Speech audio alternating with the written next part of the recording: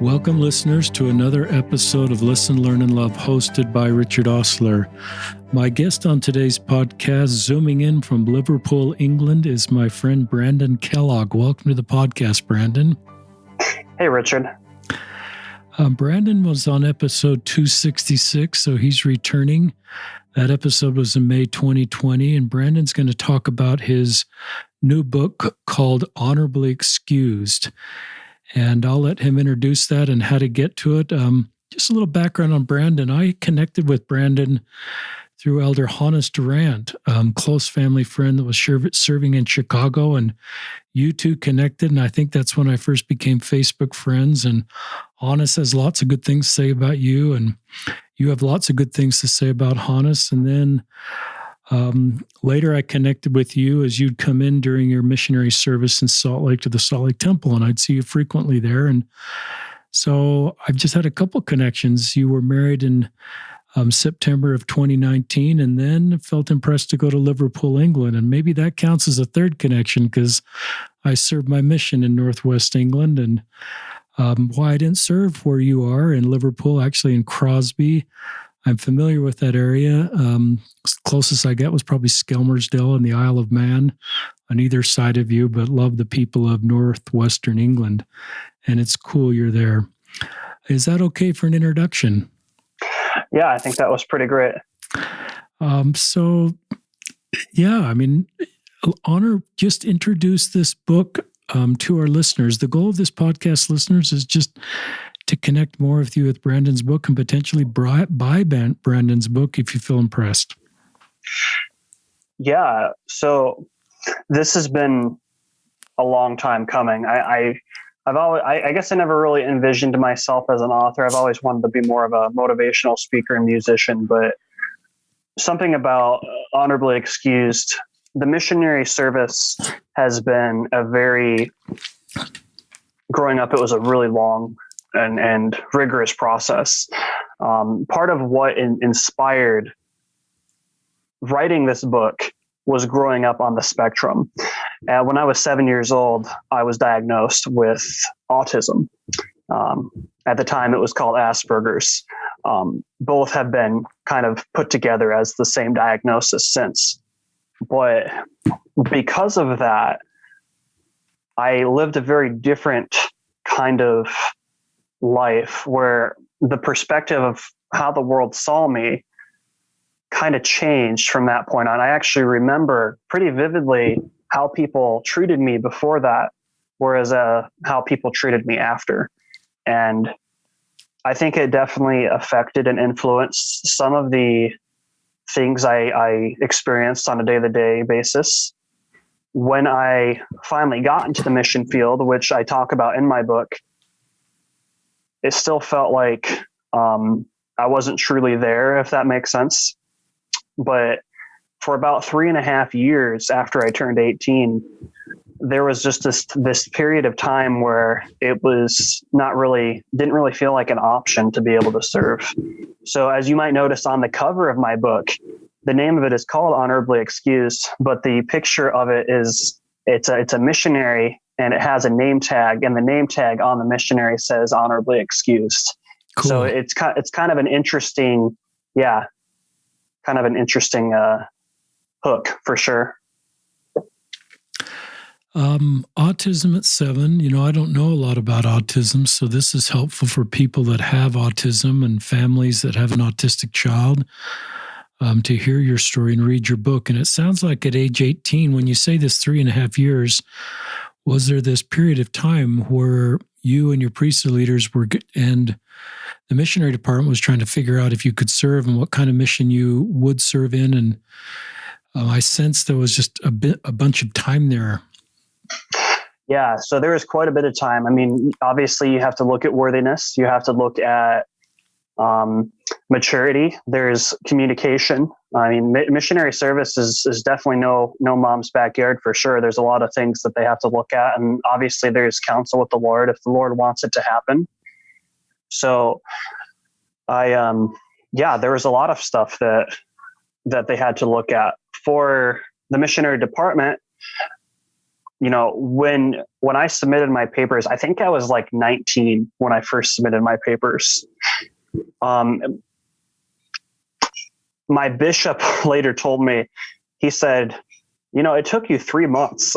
It took you 3 months to figure out all your stuff and get your papers submitted. I don't know if you realize this, but they do take that into account when they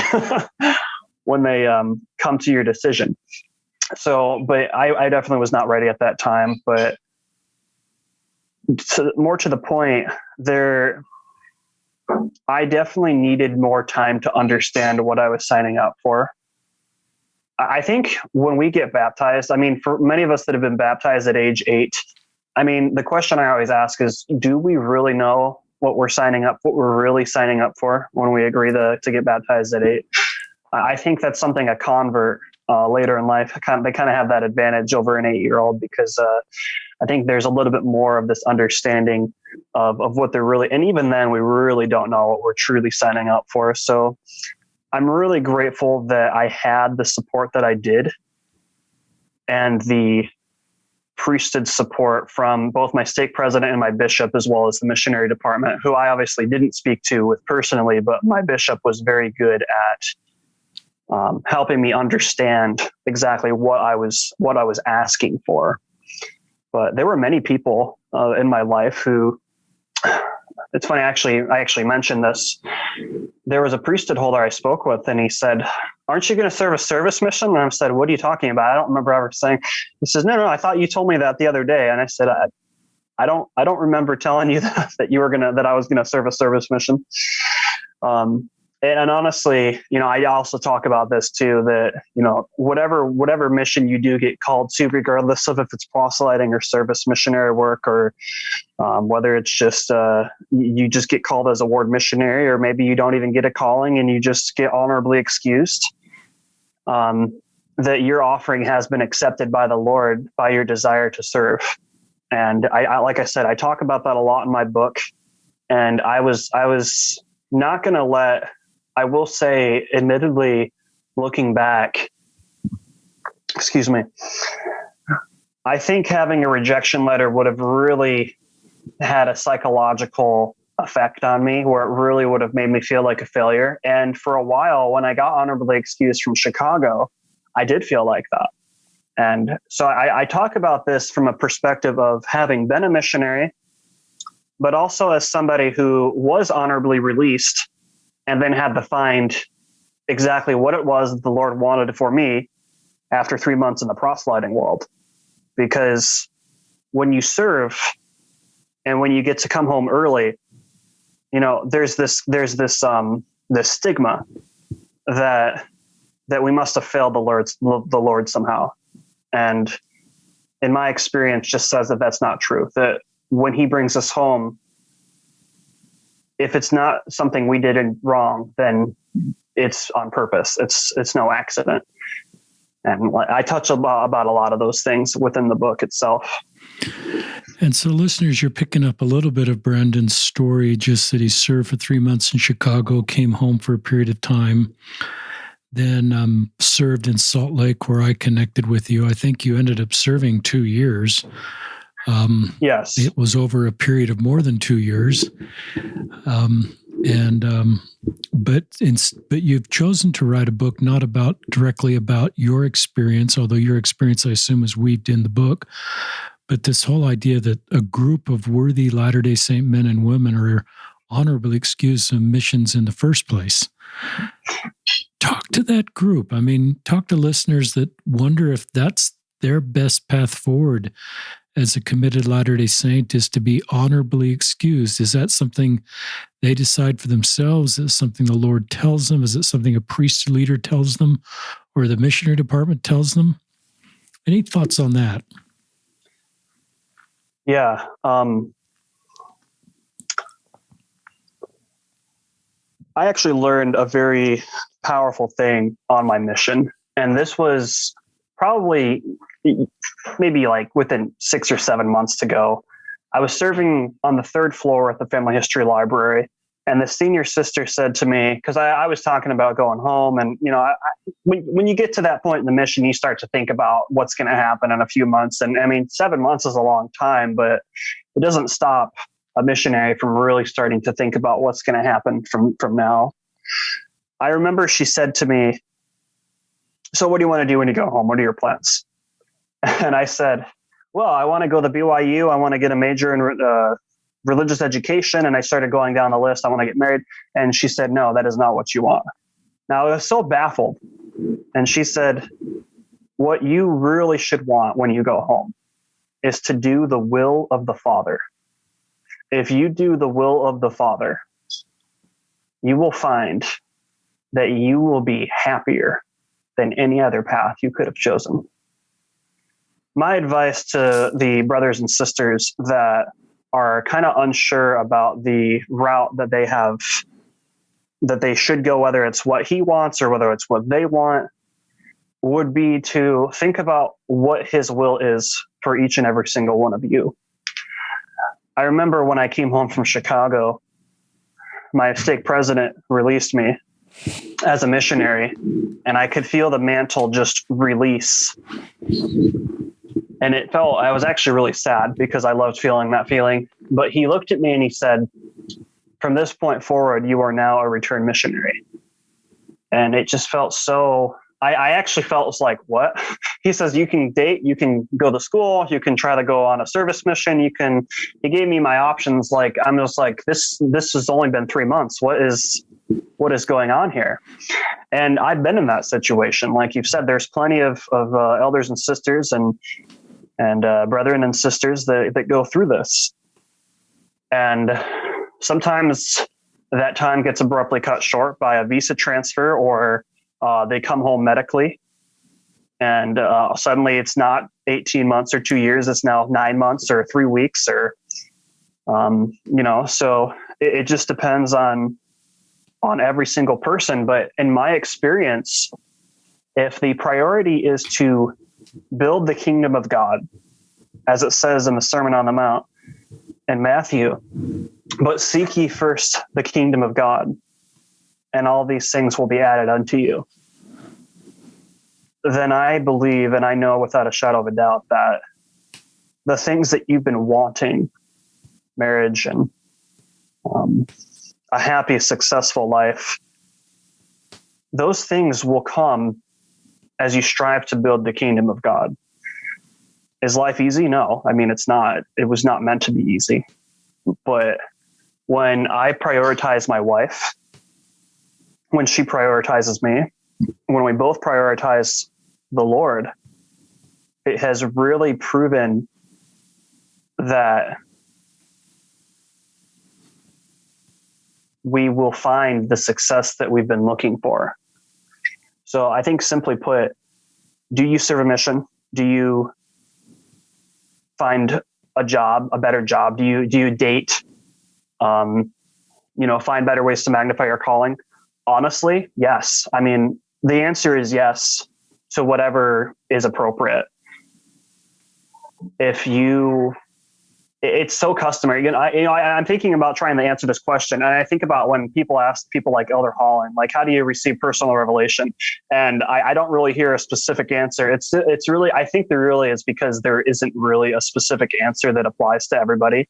Something I've heard him say will be like, well, if it's good and if it entices you to do good, then it's from God. And if it doesn't entice you to do good, it's probably not from God. Like it's really hard to tell people, well, he'll speak to you through feelings, or he'll speak to you through words, or because it really is different for everybody. So I can't really give a specific answer to the elders and sisters and the brothers and sisters that are going through each and every single individual circumstance, simply because there isn't one answer that works for everybody when it comes to how they should move forward, if that makes sense. That does. I love what you've said, and I love that sister's counsel to you, do Father's will. And sometimes we get caught up sort of in the culture expectations for us, like maybe you mentioned, like going to BYU, getting a degree here, a degree there, and and maybe cultural expectations are what you really feel is your path. But sometimes I think the culture drives our decision, or expectations of others about us, or expectations we put on ourselves because we want to fit in the culture. And I love you kind of stepping back and saying, let's do Father's will. And Father's will may be different than the cultural expectations for us or family expectations, but that would be consistent with what Elder Holland teaches. Brandon, when I think of honorably excused, I'm thinking more of that title of your book, because it's a phrase that's been around church for a while. And I usually probably think it applies to people that would like to serve but can't serve because of health or emotional reasons. And then I've thought of a third group of people that can serve. Their health would allow them to serve, and their emotional health would allow them to serve, but actually feel it's not their path to serve. But we've never kind of used that label on that group of people that just feel their path as a committed Latter-day Saint is to not serve a mission, and sort of said, you too are honorably excused. I don't know if you get into that in your book or if you have any thoughts on that, but I'll let you go with it. Yeah. So it's actually funny. I love this subject. I talk about it all the time. And I talk about this in my book very much. So I will say that quite a bit of it, probably about 70% of it, I don't want to say it's an autobiography because it's not, but I talk about a lot of my life story, from just kind of where it's really relevant to where it stops being relevant, and how it applies to each and every single one of my target audience, the reader. But in between here and there, I explain why my mentality was wrong or right. I talk about what I believe is piece of doctrine and what is just my conjecture, my opinion. And then I talk about, so I would really say it's probably closer to, if we really want to talk about life story, it's probably closer to 25 to 30% with just a lot of things talked about in between. So you could suggest that, the first 17 or however many chapters are just my life story. And then the last 4 chapters are just talking about those people. But really, I'm talking to the reader throughout the entire book. And I make that pretty clear right from the get-go that this is really meant for people that have gone through this, that might need a helping hand on what their options are, and how the Lord is not disappointed just because they might have had something that didn't go the way they originally thought. I talk about this quite a bit because I don't think we touch on it enough in the church, but I've been asked, to give blessings, loads of times from people. And I don't remember really anything. And I talk about that too, like about just kind of the sacredness behind of how that kind of validates my feelings of worthiness. Because if I'm ever unsure that I'm worthy or not, and I try my best, I can just pray. I'm like, Heavenly Father, is this a good time to give a blessing? And if I feel good about it, I move forward with it. And I can tell you right now, when those things happen, it's a great stamp of approval because I don't remember anything I said.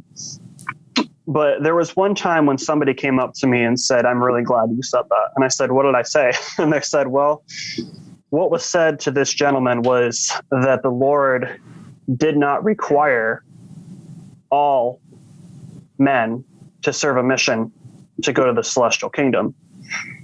And I think I looked that up because we know that President Hinckley said, I think it was 2002, when he encouraged and invited all worthy men who could serve a mission to be able to go.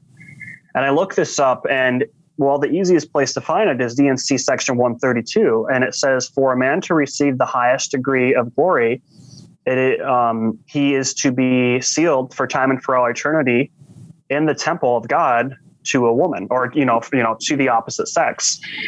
And, that is how that works. But nowhere in there does it say full-time missionary service. So I started thinking, so which is it? Is it just serving? Is it serving and getting eternally married in the temple, or is it just married in the temple? And, when the prophet encourages and invites us, he's really saying, I think the Lord really wants anybody who can to really think about it. Does that make it a commandment? Well, I guess it depends on who you ask. I think if the Lord has instructed me, for example, in my patriarchal blessing, that I really want you to serve, you could suggest that it's a commandment, but just for me, because it's my patriarchal blessing. So I really think we have to be careful with with talking about everything that the prophet says is automatically doctrine, when really the prophet is very clear when he's speaking on behalf of the Lord. A few years ago, when President Nelson announced the name of the church, and really reiterates that he was very clear that this was the Lord's will. He said that the Lord inspired upon my mind that this was that the name of the church, omitting the Savior's name from the church, is a major victory for Satan. But he continued to reiterate, this is the Lord's will. To my point, though, I think that there are a lot of young men in the church that really feel pressured to serve. And I really don't want to suggest that it's the church members or the parents' fault, really, for trying to do a good thing and to help this young man out. But more to that, I think that a lot of young men feel this unnecessary pressure to serve, when I personally would suggest that they need time to sort out if that is what they want, if that is what the Lord wants from them. I know a lot of people that were my age around the time of 2012, 13, and 14 when I was preparing to serve that went inactive because they really deep down did not want to serve. And they just felt like that they were having too much pressure to serve. And many of them I still talk to on a regular basis, really, really great, nice people. They just not very interested in returning to church anytime soon because they feel like they're going to have to give this long explanation as to why they didn't serve. And really, that isn't really my business or your business. It's actually just between him and the Lord. I like that. And I'll just interject an experience I had during my YSA assignment. I met a couple men that were kind of past mission age. They were still active. And one in particular, his name's Adrian. He's allowed me to share his story publicly. Was what I felt was pretty beat up, that priesthood leaders have sort of felt like it was their job to get him on a mission and maybe fulfill expectations that the bishop felt from the family inferred or from the church inferred. And this one young man in particular, I just felt impressed to listen to before I was prescriptive. And over time listening to him, I just looked him in the eye and says, if you feel that is your personal revelation, then I'll support you. I want you to feel welcome in the ward, and I want you to feel like you belong here. I don't want you to feel like a second-class citizen. I don't want you to feel like our relationship is defined by me trying to get you on a mission. And I lost track of him after I was released. And maybe 2 or 3 years later, back in the Salt Lake Temple where we'd see each other, one day he came in to be married. And he just gave me a big hug. And it was a tender moment for both of us because a temple sealing is an ordinance. What do we call that ordinance? A saving ordinance, but serving a mission is. And I think we both felt if I had... and he later, I'm writing a book too that'll be out in the spring, and one of the chapters is sort of honoring people's unique, and he allowed me to share this story in the book. But I think it's consistent with what you're saying, Brandon, is Heavenly Father's will. And sometimes as parents or as friends or even as priesthood leaders, we feel it's our job to sort of, and sometimes those soft challenges can be helpful and maybe be the right thing that gets someone to consider something, but we have to be sensitive to that may cause a fork in the road that you're talking about with some of your inactive friends. They felt like either they needed to serve a mission or they were not going to fully participate in the church because they just felt like they were second-class citizens and didn't feel they'd ever feel good enough or measured up. So I like your term honorably excused, and I like that we should apply that to ourselves and to others that feel their path is not to serve a mission. I agree completely. I think our attitude towards sisters, I remember coming home from my mission And there was somebody in my ward who was really thinking about going on a mission. And her mom was very, very mature about the entire situation. And she said, look, if she wants to serve, I'm happy for her. If she wants to go to BYU, I'm happy for her. Whatever she thinks that she needs to do. I think that was such a mature approach, and the approach that all of us should have. I think that approach is pretty at par for sisters. And I think that that's kind of something we could also think about when it comes to brothers, and how, the prophet has asked for the young men that are 18, 19 years old to really think about it and to really pray about it and to consider if that's what the Lord would have them do. But at the end of the day, it really is between that person and the Lord. So I think that's I really touch base on that because we've lost too many good people because of a misunderstanding or two about missionary service. And these are just really good, honorable people that just like you and I just want to follow our hearts and worship God. And that experience is just unique for all of us. I think I said this on the last podcast, and I say this in my book, I really wanted this out. I firmly believe that no two roads to the celestial kingdom are exactly alike. By that, I mean, we are going to, for those of us that are privileged to go, and I do believe that many of us will be there. But for those of us that go and make it, we're going to make the same covenants. But we're not going to have, you and I are not going to have the same experiences. We've gone down this path very differently. You are not going to marry the same person I marry. You're not going to have the same problems that I have. You're not going to meet the same people that I'll meet. You're not going to have to learn the same and go through the same challenges that I'm going to have to go through. I'm never going to know what it's like to be physically blind or to be handicapped in the sense that I can't walk. I mean, there are plenty of people that have to go through that. That is not an experience that I have yet in my life had to go through. But does that mean that the Lord loves you or I any more than somebody else who has those problems? Absolutely not. He loves us all equally. I love what you're doing to reach out to our LGBTQ community friends, brothers and sisters, because a lot of them feel left behind. They feel as though that members of the church have abandoned them from feeling, and like you were saying, I would not be surprised if many of our LGBT friends feel like second-class citizens simply because of where they currently believe and where they stand on some of their viewpoints. I think that if what somebody is doing with their life eventually leads them to God, I think that is where the focus needs to be. If they are trying to become more like Jesus, we need to encourage and love to be more like Jesus.